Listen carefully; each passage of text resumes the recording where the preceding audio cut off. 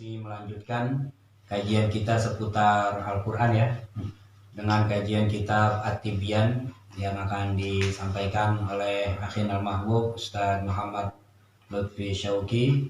Padanya kami persilahkan. Tafadhol.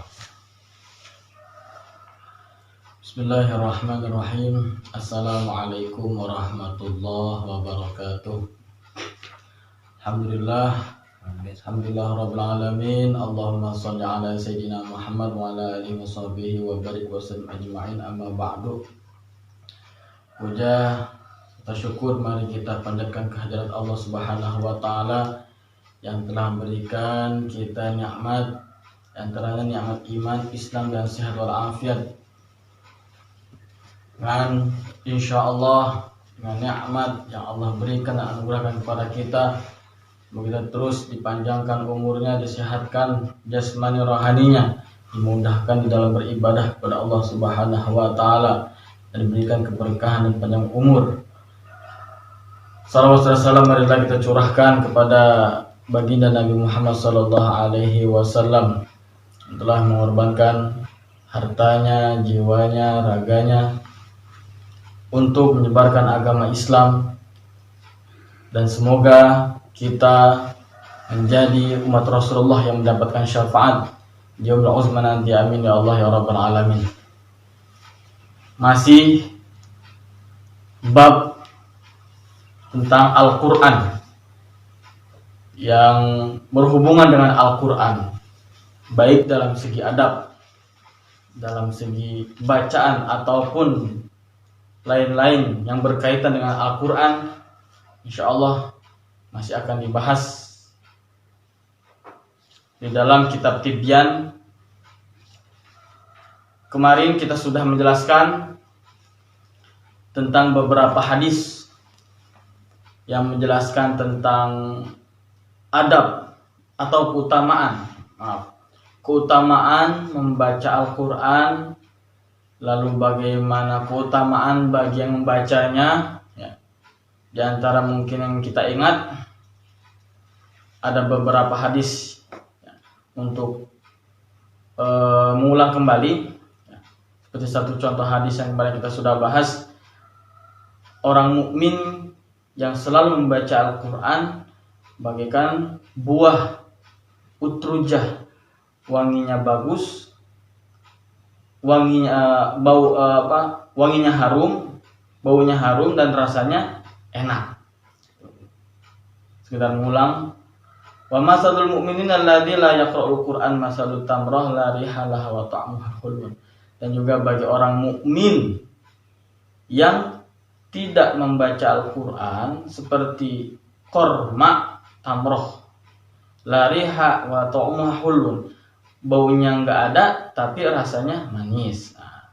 Masul munafiki, dan contoh perumpamaan orang munafik yang selalu membaca Al-Quran seperti buah raihanah, baunya ada tapi rasanya pahit. Yang terakhir, orang munafik, masalul munafiki alladzi la yaqra'ul Qur'an, orang munafik yang tidak pernah membaca Al-Quran seperti buah hanzalah yang baunya enggak ada, rasanya pahit. Nah, itu sekedar mengulang hadis yang kemarin, salah satunya.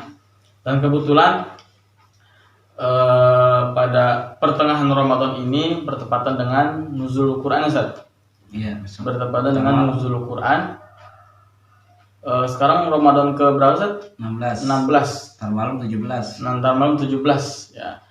Otomatis dari tarawih pun ya, dari malam 15 kemarin ya.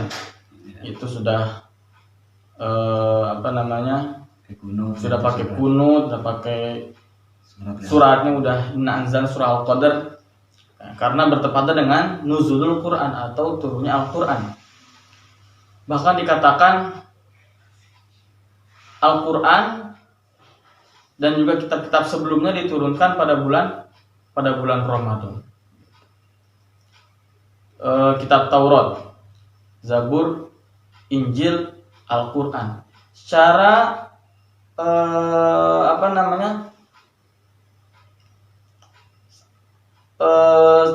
kitab Taurat diturunkan kepada Nabi Musa, kitab Injil diturunkan kepada Nabi Nabi Isa. Kitab Zabur diturunkan kepada Nabi Daud dan Al-Quran diturunkan kepada Nabi Muhammad SAW. 4 kitab ini diturunkan pada bulan Ramadan. Dan yang terakhir merupakan kitab yang diturunkan oleh Allah Subhanahu wa taala melalui malaikat Jibril, diturunkan kepada Nabi Muhammad SAW, merupakan kitab terakhir yang akan kekal terus sampai hari kiamat dan tidak akan bisa berubah ataupun dirubah oleh siapapun. Karena dari segi bahasanya yang luar biasa dan juga dari maknanya dan merupakan mukjizat Rasulullah sallallahu alaihi wasallam. Salah satu mukjizat Rasulullah sallallahu alaihi wasallam itu berkaitan dengan Al-Qur'an dan nuzulul Qur'an. Masih membahas tentang hadis Nabi sallallahu alaihi wasallam.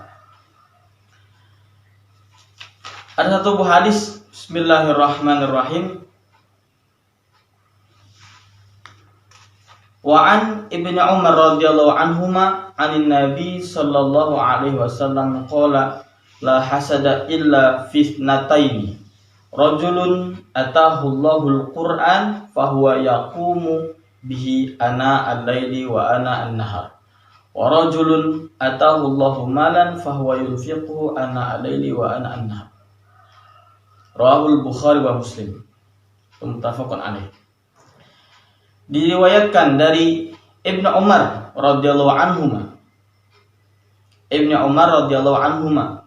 Semoga Allah meridhoi Ibnu Umar anaknya dan Ibnu Umar Ibnu Umar jadi anaknya Umar. Nah, berarti anaknya Umar, berarti anhuma kepada anaknya dan kepada ayahnya. Wa anin Nabi sallallahu alaihi wasallam, dari Nabi sallallahu alaihi wasallam qala la hasada illa fitnataini, tidak ada iri ya, tidak boleh iri, tidak boleh hasud, tidak boleh dengki illa fitnataini, kecuali 2. Nanti akan dijelasin di sini. Kecuali 2. Yang pertama, rajulun atahu Allahul Qur'ana fahuwa yaqumu bihi ana al-laili wa ana an-nahar.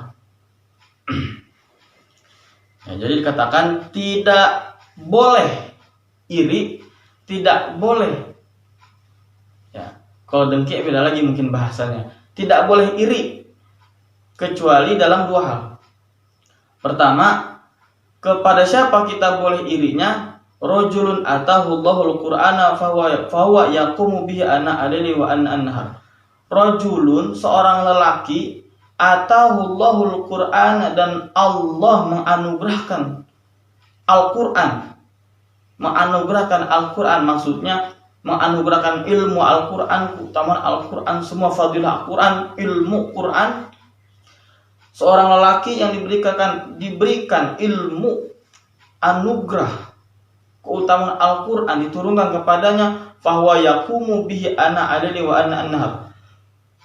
Dan dia selalu membaca itu Al-Qur'an di siang atau di tengah-tengah siang atau sehari semalam 24 jam. Ya. Jadi sehari semalam terus diberikan oleh Allah taufik rajin membaca Al-Qur'an. Yang kedua, rajulun atahu Allahu malan fahuwa yunfiquhu ana al-laili wa ana an-nahar. Dan juga iri kepada seorang lelaki ya, yang Allah berikan dia suatu harta, Allah berikan dia harta, fahuwa yunfiquhu, dan dia menafkahkan hartanya, mensedekahkan hartanya, menginfakkan hartanya. Ana al-laili wa ana an-nahar. An-na'alali itu maksudnya malam hari, siang hari. Cuman kalau kita artikan di sini istiqomah selalu menginfakkan hartanya. Nah, di sini ada pertanyaan. La hasada illa fisnataini. Tidak boleh iri kecuali kepada 2 orang laki-laki. Loh, emang ada yang namanya iri? Emang pertanyaannya, emang kita boleh iri atau dengki kepada orang? Gitu pertanyaan. Ulama berpendapat atau ada keterangan lain bahwasanya iri itu terbagi menjadi dua. Iri itu terbagi menjadi dua. Ada iri yang mana kita ingin seperti dia dan kita ingin dia itu lebih di bawah dari kita. Contoh, ada orang punya mobil misalkan, atau punya motor apalah segala macam, hartanya lebih banyak, berlimpah ruah hartanya. Tetangganya ada yang iri. Nah dari situlah dia mulai iri, dengki, dan ingin melenyapkan hartanya. Nah itu nggak boleh. Itu namanya iri yang sudah termasuk kategori dengki, hasud. Tapi ada satu lagi iri yang diperbolehkan. Apa itu? Ada seseorang yang punya kelebihan dalam hal baik atau dalam hal positif. Kita ingin seperti dia, akan tetapi tanpa menganggap dia lemah atau tanpa meremehkan dia atau tanpa mengucilkan dia. Ini ada dalam bab iktibad, itu namanya iktibad atau ghibthah. Namanya ghibthah, babul ghibthah, bab iktibad sahibil Quran. Artinya kita iri kepada orang yang pintar baca Al-Quran tanpa melecehkannya. Nah itu diperbolehkan. Jadi iri itu ada dua. Yang pertama iri ingin seperti dia dan ingin melenyapkannya, seperti itulah. Dan yang kedua iri ingin sepertinya tapi tanpa melecehkan, tanpa melenyapkan dia, seperti itu. Nah di sini Rasulullah bersabda, la hasada illa fisnataini. Tidak boleh hasad, tidak boleh iri, tidak boleh dengki kecuali kepada dua. Maaf, bukan dengki. Tidak boleh iri kepada dua ini. Siapa? Rajulun atahu Allahul Qur'ana fa huwa yaqumu bihi ana alali wa ana annahar. Ya. Jadi kita boleh iri kepada mereka, orang-orang yang diberikan oleh Allah keutamaan, diberikan oleh Allah ilmu Al-Quran, diberikan oleh Allah ilmu mengamalkan Al-Quran. Kita boleh iri kepada mereka. Karena kenapa? Dengan iri gitu, diri kita akan termotivasi. Wah, dia bisa baca Quran, pintar banget baca Qurannya. Belajar di mana sih? Jadi pengen kayak dia. Yang seperti itu nggak apa-apa dalam hal positif. Nah yang kedua, rajulun atahu Allahu malan fa huwa yunfiquhu ana alaili wa ana annahar. Dan iri kepada seorang lelaki yang Allah anugerahkan kepada dia harta yang banyak, harta yang melimpah ruah, sehingga dia selalu menafkahkan hartanya di jalan Allah. Nah itu nggak jadi masalah kita iri kepada orang kayak gitu dalam hal positif. Ingat, garis bawahi dalam hal positif. Karena dengan itulah, dengan kita melihat orang-orang yang Allah berikan anugerah, keutamaan, kelebihan, baik itu berupa ilmu, berupa harta, dan kita menjadi ingin seperti mereka, otomatis diri kita termotivasi untuk menjadi seperti mereka. Karena banyak orang-orang yang melakukan amal dunia tapi menjadi amal akhirat. Contoh, mereka yang punya harta banyak, mempunyai harta melimpah ruah, kaya raya, selalu mensedekahkan, artinya selalu membantu. Contoh kalau sekarang ini lagi zamannya timbulnya pandemi COVID-19 atau kalau kita sebut corona. Banyak dari orang kaya, pengusaha, mereka menafkahkan hartanya di jalan Allah, membantu orang-orang yang tidak mampu, ya, membantu orang-orang yang penghasilannya, membantu orang-orang yang penghasilannya per hari, bukan per bulan. Karena kalau per bulan beda lagi.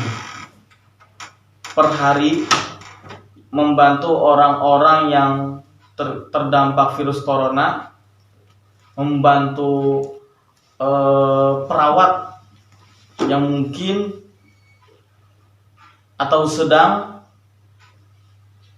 memberikan bantuan kepada pasien corona dengan mensedekahkan APD dan segala macam.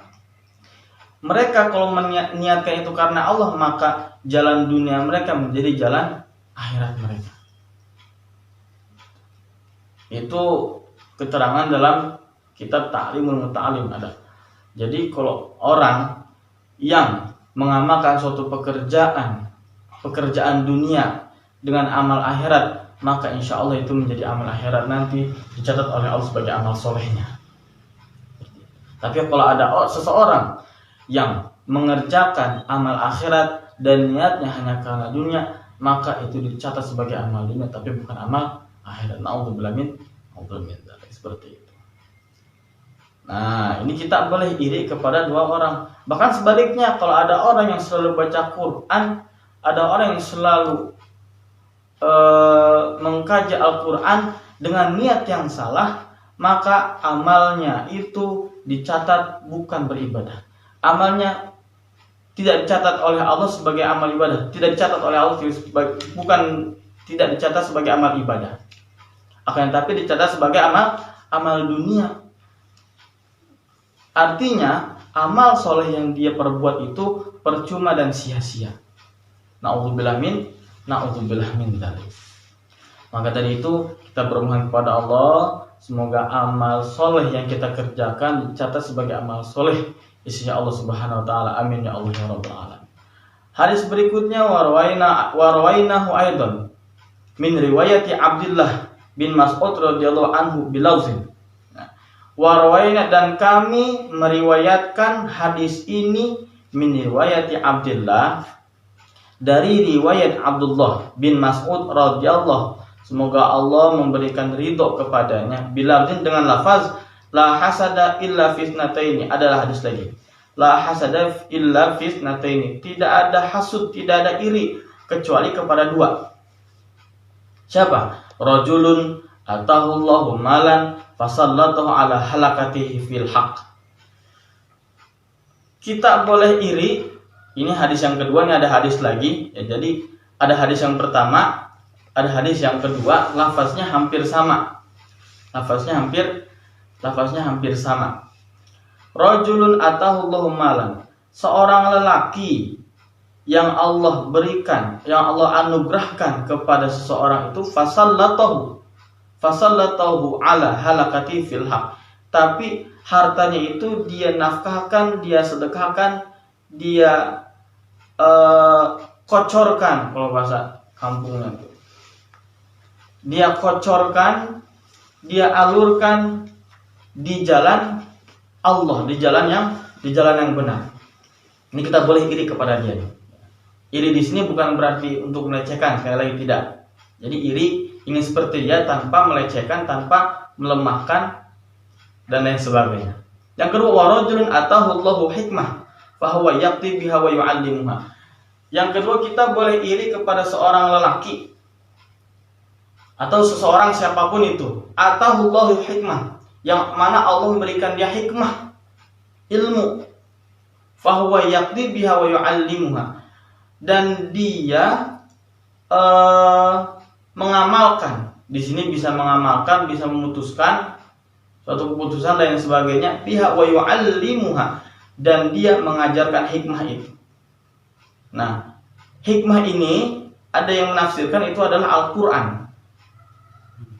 Hikmah di sini ada yang menafsirkan Al-Quran. Tapi kalau hikmah menurut kita mungkin global saja, ya, karena ini hanya pendapat. Hikmah di sini artinya bisa Al-Quran atau bisa ilmu-ilmu yang lain. Tapi sebagian besar mengartikan hikmah adalah Al-Quran. Jadi kita boleh iri kepada seseorang yang Allah berikan anugerah kepada dia ilmu, mau itu ilmu apapun termasuk ilmu Al-Quran. Fahuwa yaqti biha wa yu'allimuha, dia bisa mengamalkannya atau bisa mengambil keputusan dari ilmu itu, wa yu'allimuha, dan dia mengajarkan. Kita boleh iri kepada seorang ini. Nah, ini hadis. Ingat sekali lagi, iri ada dua, ya. Iri kita kepada dia tanpa melemahkan dia, dan iri kepada seseorang tersebut dengan ingin melenyapkan atau dengan rasa dengki yang amat luar biasa. Nauzubillah min dzalik, jangan sampai. Nah, ini hasad yang diperbolehkan oleh Rasulullah sallallahu alaihi wasallam. Yang kedua, wa an Abdullah bin Mas'ud radhiyallahu anhu qala Rasulullah sallallahu alaihi wasallam, man qara'a harfan min kitabillahi ta'ala falahu bihi hasanatu wal hasanatu bi asyri amsalihha. La aqulu alif lam mim harfun walakin alifun harfun wa lam harfun wa mimun harfun. Kalau kita dengarkan ini hadis, kalau kita perhatikan ini hadis, sama kita mendengarkan ayat Al-Quran, Bismillahirrahmanirrahim, man ja'a bil hasanati falahu asyru amsalihha. Kalau kita man ja'a bil hasanah, kalau kita mengamalkan atau kalau kita mendatangkan suatu kebaikan, falahu asyru amsalihha, maka dia akan dibalas oleh Allah dengan 10 kali lipat. Asyru amsalihha, 10 kali lipat. Satu kebaikan bisa dilipat gandakan menjadi 10 itu. Kalau kita mendatangkan suatu kebaikan dengan syarat ikhlas. Di sini juga sama. Dari Abdullah bin Mas'ud radhiyallahu anhu qala Rasulullah sallallahu alaihi wasallam, man qara'a, barang siapa yang membaca harfan, satu huruf, min kitabillah, dari kitab Allah. Apa itu kitab Allah? Al-Qur'an. Barang siapa yang membaca satu huruf dari Al-Quran, falahu bihi hasanatun wal hasanah. Falahu bihi hasanatun, dia akan diganjar oleh Allah dengan satu kebaikan. Ya. Wal hasanatu bi asyri amsalihha, dan kebaikan itu dilipat gandakan lagi menjadi 10 kali lipat. Menjadi 10. Luar biasa.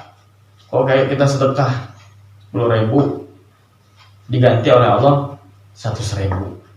Kalau kita sedekah 100.000, diganti 1 juta. Kali gitu saja. Kan karena asyru amsalihha, dengan syarat ikhlas. Apalagi kalau kita membaca Al-Quran, walaupun tidak diganjar di dunia, akan tapi dicatat dan akan diganjar nanti di akhirat nanti. Jadi jangan sampai kalau kita baca Al-Quran, bacanya itu ya sekedar menggugurkan kewajiban aja. Kalau bisa, niatkan dengan ikhlas, niatkan ibadah karena Allah Ta'ala.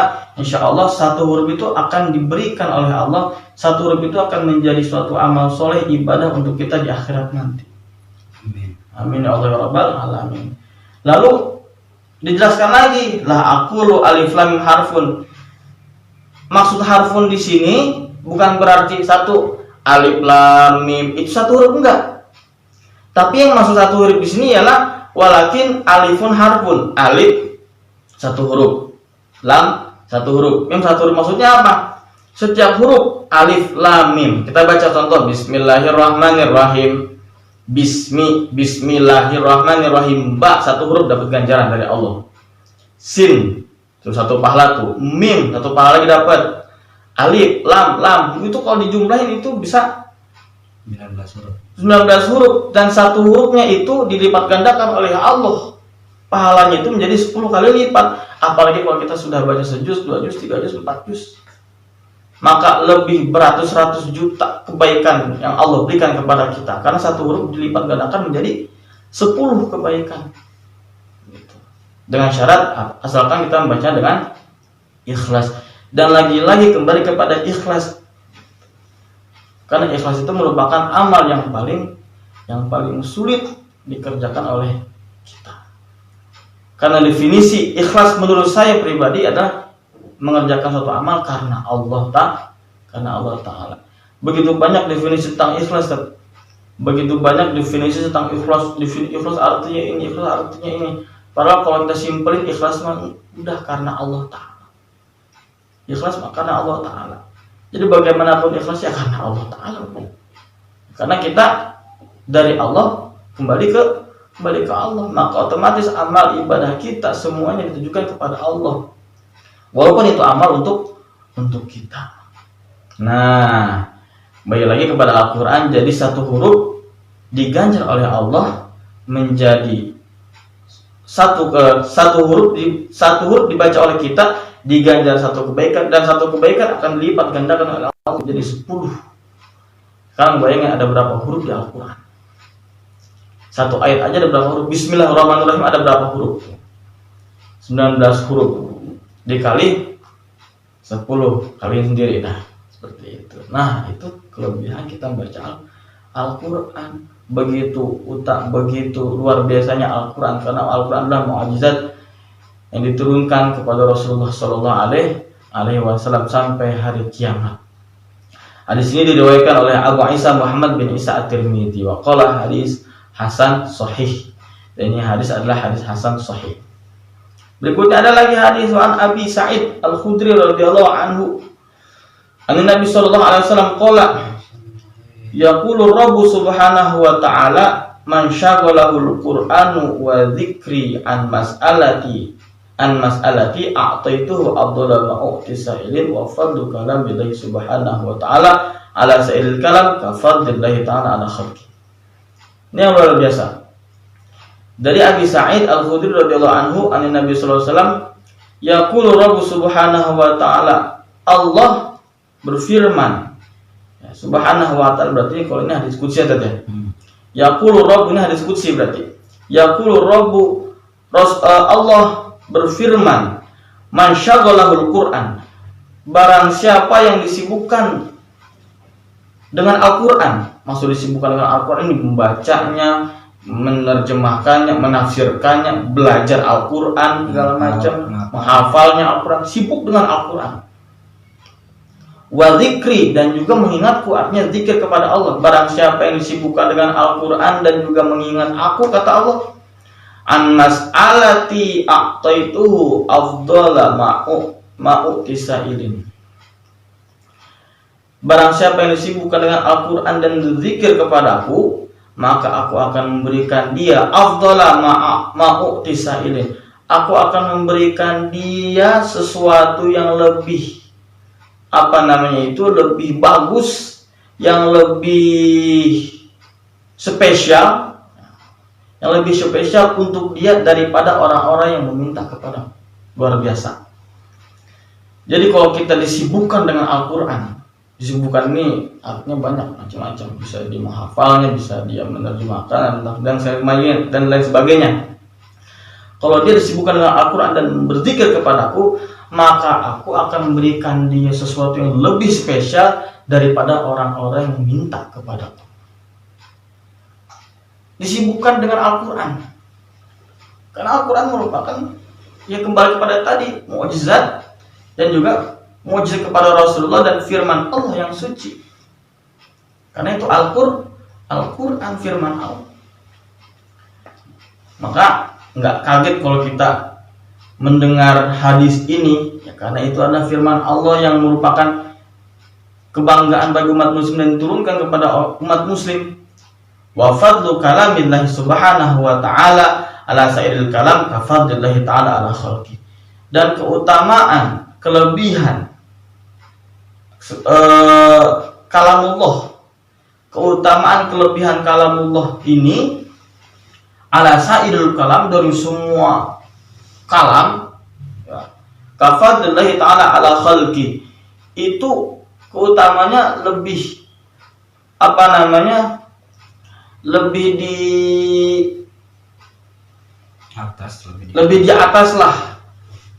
di atas sebagaimana Allah mengutamakan nikmatnya kepada makhluknya.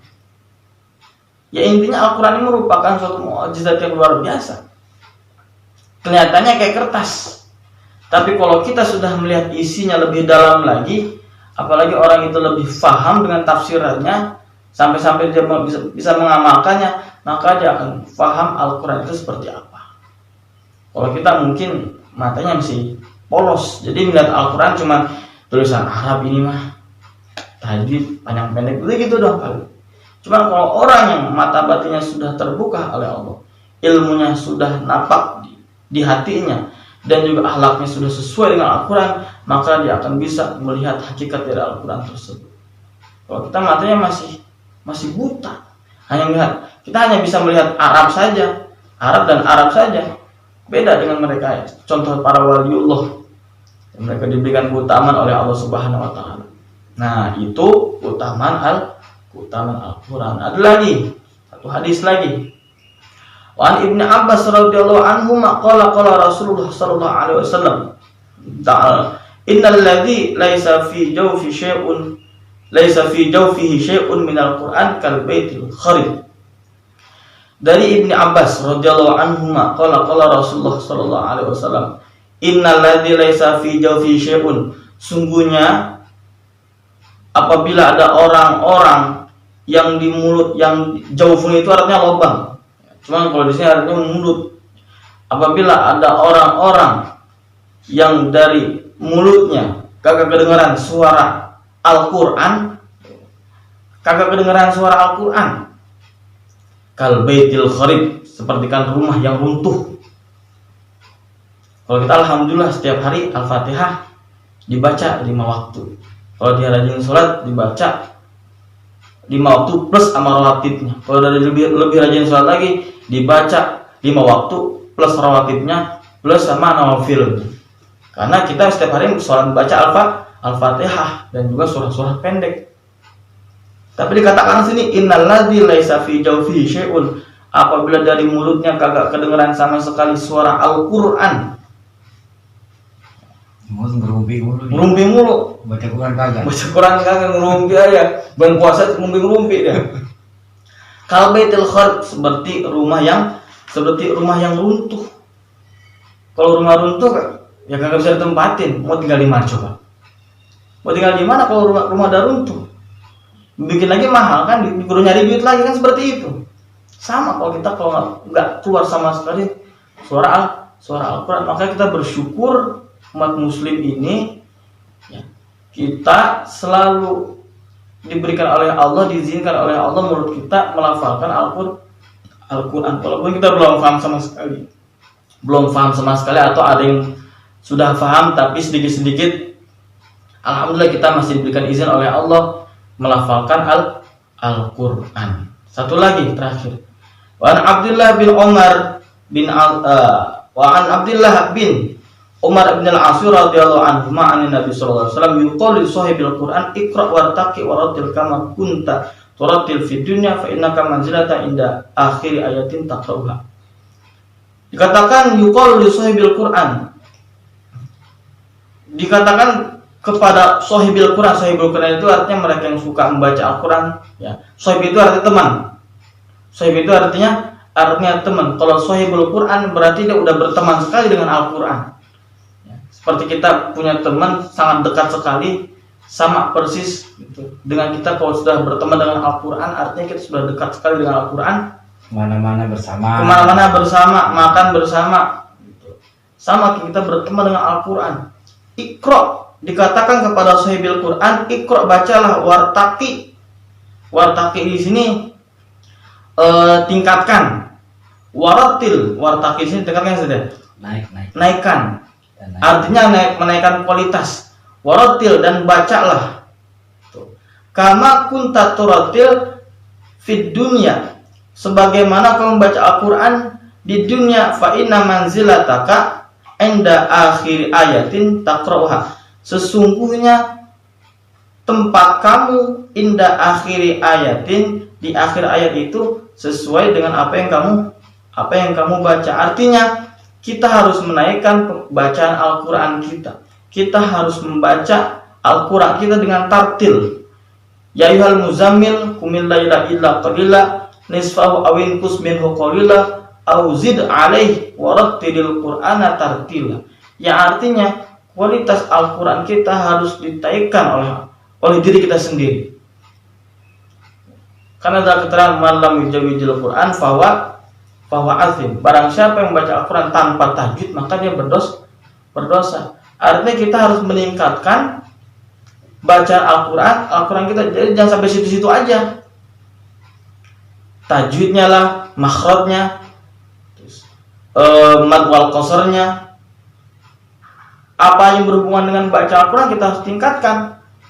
Karena apa tadi? Malam yujawidil Quran fawa azim. Barang siapa yang tidak membaca Al-Quran tanpa tajwid maka dia berdosa.